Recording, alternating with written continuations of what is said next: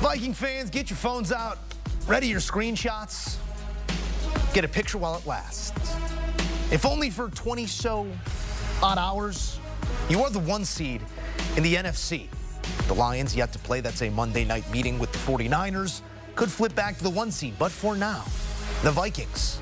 It all runs through Minnesota and this man, Kevin O'Connell, at the podium.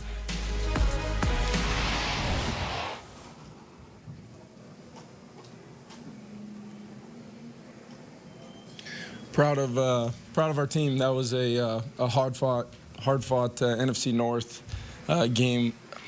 Football team we played against was playing as well as anybody in the league, and we knew it would be a big-time challenge. Took a lot of different parts of our team to come together, make some plays to find a way to win the game, and very proud of our guys. And it was so important to us this year to get back to the way we should play at US Bank Stadium. So to finish 7-1 in front of our fans and have that kind of atmosphere in a game like this is why we do what we do, and love the support of our fans. Thought it was phenomenal tonight, as always. It was huge for us, and our team thrives off of it. So now we get to go on the road and have a chance to compete one more time. That's all we ask for, is just another new week, new challenge. Really one of the best teams in football all year long. We got to go to their place and roll it out there for 60 minutes. So we're going to put our work in this week and try to find a way to go 1-0 this week. But a lot of performances to point out. I thought defensively, Cashman was all over the field again tonight. Jerry Tillery with the forced fumble. Flo and his staff had a really good plan. I thought really kept him off balance early. And then, offensively, what can I say about Sam Darnold other than another big time performance when his team needed it? Phenomenal moment in the locker room after the game when he finally made it in there. Was really cool, and I'm just so proud of him.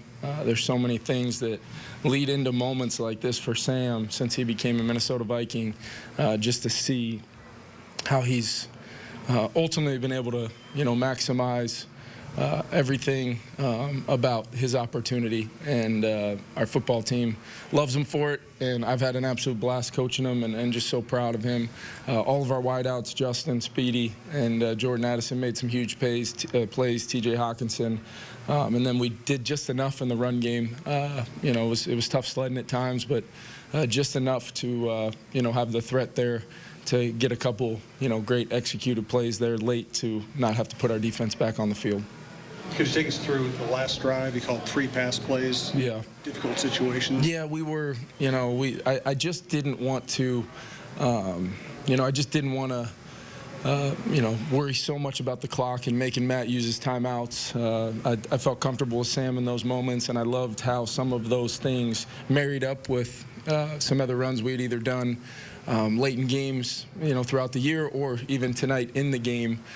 So I thought we'd get some edges and get Sam and his athleticism out on the perimeter. And then, great drive started to C.J. Ham, popping him out the back door there. And then we're able to get a great edge on the next one where Justin comes screaming across on the low cross. And then the last one, just burying that thing all down and sneaking Cam out there. That ball felt like it was in the air for absolutely ever. Sam threw a lot of balls tonight, and that one probably stressed me out the most out of his 43 attempts. But what a play by Cam Akers. To say what that guy's been through, I hope fans understand just how significant what he's been through has been, and how he wanted to be a Minnesota Viking and made the play when we absolutely needed it, in addition to catching a touchdown on the screen.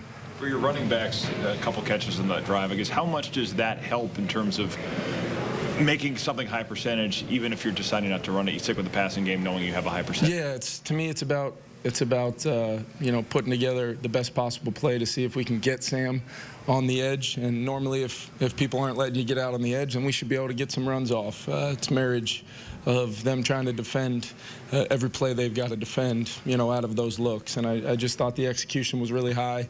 If at any point in time Sam needed to, dirt it or just go down, we were not going to stop the clock on our own accord. And I just trusted in the execution of our guys. And between Cam's catch, CJ's catch, and Justin's was not an easy one, late in the down, kind of driving that low cross right on the 1 and 8, and him staying in bounds as well. What's the moment with Sam? You mentioned there was a moment when Sam came. I think he might have been talking to Tom upstairs, but we felt like we waited for a long time, and I certainly wasn't going to interrupt that conversation. And when he came back in, the guys were ready with some water bottles and kind of lifted him up, and it was a really cool moment.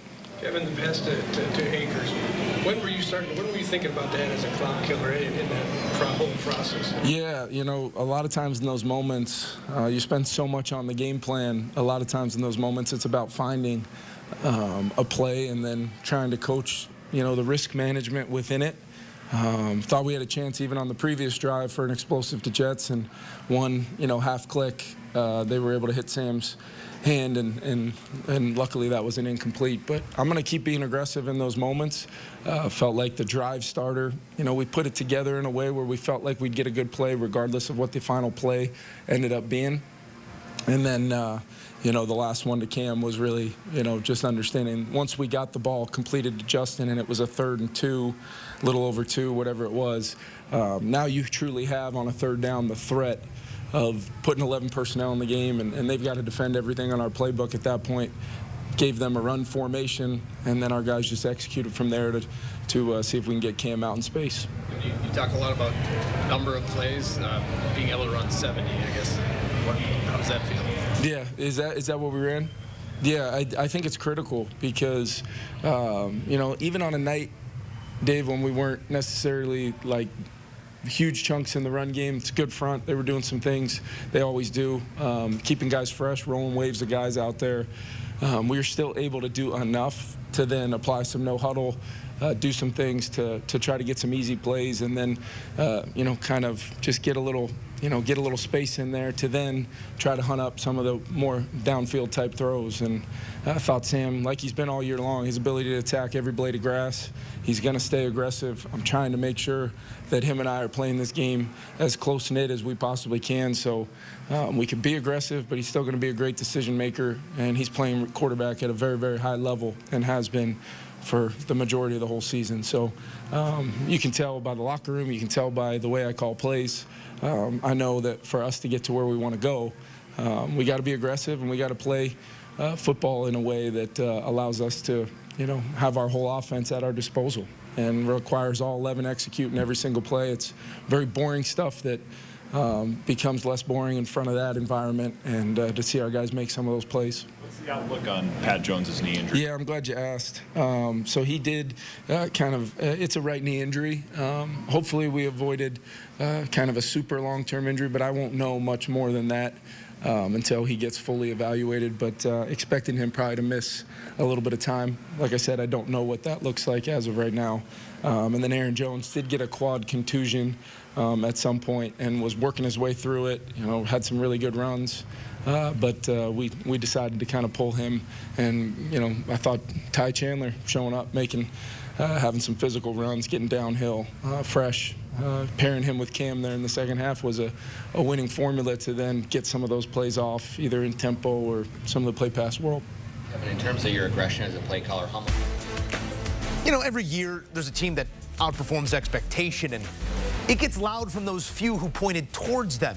I told you about the insert team here. It's crickets quiet around these Vikings because nobody saw this coming. Nobody. I raised my hand as well. Did not see it coming, but hard not to see them now. 14 wins and a chance to tie the most in a single season in franchise history. The Week 18 meeting with the Lions for the division and the 1 seed.